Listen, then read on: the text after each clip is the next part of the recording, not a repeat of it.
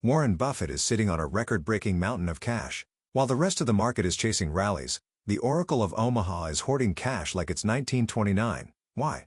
Is he seeing something we aren't? Today, we're diving into a 100-year data study that connects the dots between Buffett's cash pile, the CAPE ratio, and the PE ratio to answer one terrifying question: where exactly are we in the market cycle?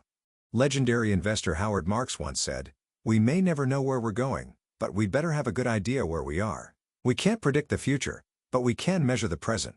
And right now, the measurements are flashing red.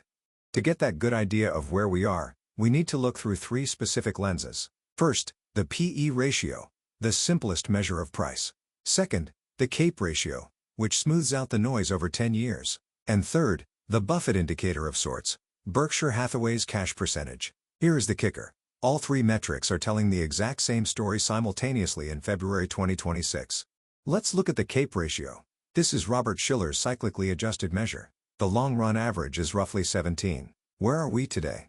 We are at 40. That is the third highest reading in 100 years. We are currently 138% above the average. The last time we saw a level this high? The dot-com bubble, when the Nasdaq crashed 78%. The standard PE ratio confirms the story. While it's a bit noisier year to year, the trend is undeniable. The historical average is roughly 16. Today, we are sitting at 28. That puts us in the top 15% of most expensive valuations in history. We are firmly in caution territory. And then, there's Warren Buffett. When Buffett can't find value, he piles up cash. Currently, nearly 28% of Berkshire's assets are in cash and T-bills, the highest level in 60 years. That's almost $400 billion in dry powder waiting on the sidelines. If the world's greatest value investor is refusing to buy stocks, maybe you should pay attention.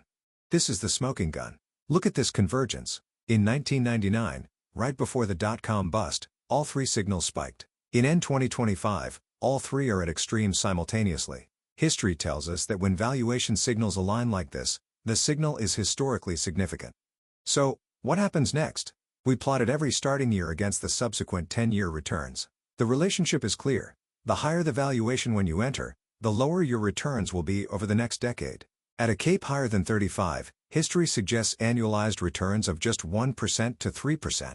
At a PE of 28, we're looking at roughly 4% to 7%. Let's break it down by the numbers. When CAPE is cheap, under 10, you get strong double-digit returns. That's a strong buy. But look at the red bar. When CAPE is over 30, the average 10-year return drops to a measly 3%. We are currently in that danger zone. So, here's the gauge now. We have extreme valuation. We have the smartest allocator holding record cash. And we have compressed 10-year returns. This isn't necessarily a prediction of an imminent crash tomorrow, but it is a guarantee that the risk-reward ratio is terrible right now. Here is the bottom line. We know where we are. CAPE is 40. PE is 28. Buffett is holding 28% cash. The implied 10-year return based on history is a sluggish 2% to 5%. This isn't about fear, it's about preparation. As Howard Marks said, it's about making intelligent decisions given where we are in the cycle. Remember, this video is for educational purposes only. Past performance does not guarantee future results. Always consult a qualified financial advisor before making investment decisions. Thanks for watching, and stay safe out there. You've just seen how we're turning data into wealth. If you want more insights like this, subscribe to the channel. Hit the like button, share and comment below to discuss what similar videos you'd like to see next.